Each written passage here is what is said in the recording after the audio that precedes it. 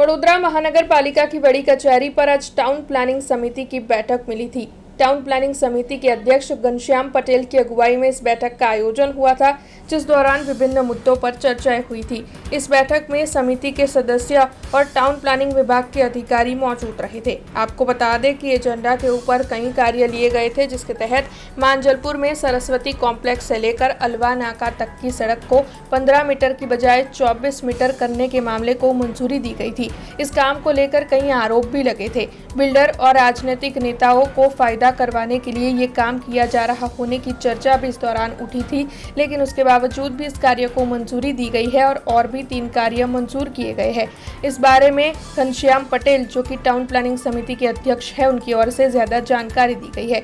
लेकिन आपको बता दें कि मांजलपुर के 24 मीटर की सड़क की मंजूरी को लेकर पत्रकारों के सवालों के जवाब देते हुए टाउन प्लानिंग समिति के अध्यक्ष घनश्याम पटेल की ओर से ये कहा गया है कि ये जो कार्य मंजूर किया गया है वो किसी को फायदा पहुंचाने के लिए नहीं हुआ है, बल्कि प्रजा के हित में इस कार्य को करवाया जा रहा है। आज रोज वडोदरा महानगरपालिकाની ટાઉન પ્લાનિંગ કમિટીની મિટિંગ બોલાવવામાં આવી હતી અને મિટિંગની અંદર 4 કામોને અમે લોકોએ લીધા હતા એજન્ડા પર અને 4 કામો અમે મંજૂર કર્યા છે। क्या कामों હતા, શું વિગત હતી?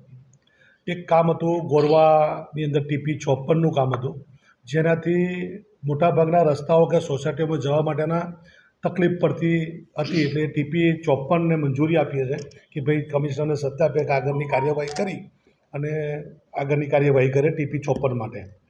બીજું એક કામ હતું માંજલપુર સરસ્વતી કોમ્પ્લેક્સથી હલવા નાકા તરફ 15 મીટરના રસ્તાને 24 મીટરનો બનાવવા માટેનો। તમે જોશો તો હલવા નાકાથી જીઆરડીસી તરફનો રસ્તો પણ 24 મીટરનો હતો જ અને અહીંયા પણ 24 મીટરના માર્જિનથી જ લોકોને મંજૂરી આપેલી હતી। જે નીચે મકાન કે દુકાનવાળા છે એમને ફક્ત ઓટલા જ તૂટશે અને 24 મીટરનો રસ્તો આપણને મળી જાય છે, તો એ 24 મીટરના રસ્તાને પણ અમે મંજૂરી આપી દીધી છે।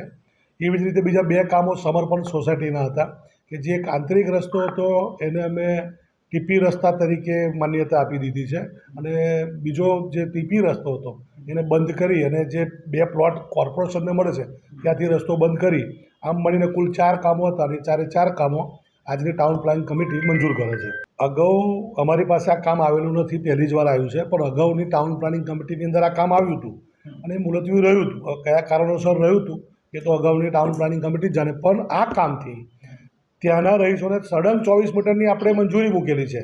તમે નકશો પણ જોઈ શકો છો કે ભાઈ મારી પાસે છે કે નકશાની અંદર 24 મીટરના માર્જિનથી જ બધાને પરમિશન આપેલી છે। હાલની તારીખની અંદર બધાએ ઓટલા જ કર્યા છે અને નીચે દુકાનવાળા હજુ ઓટલા કરી અને હજુ આગળ બીજું કશું સિઝનલ ધંધા કરે છે ત્યારે રોડમાં બિલકુલ જવાવાળી તકલીફ પડે છે, એટલે ઓટલા તૂટી જશે। 24 મીટરનો રસ્તો છે, કોઈને મકાન આવતું જ નથી, કોઈનું બધાના ઓટલા જ આવે છે, તો શું કામ 24 મીટર નહીં કરવું?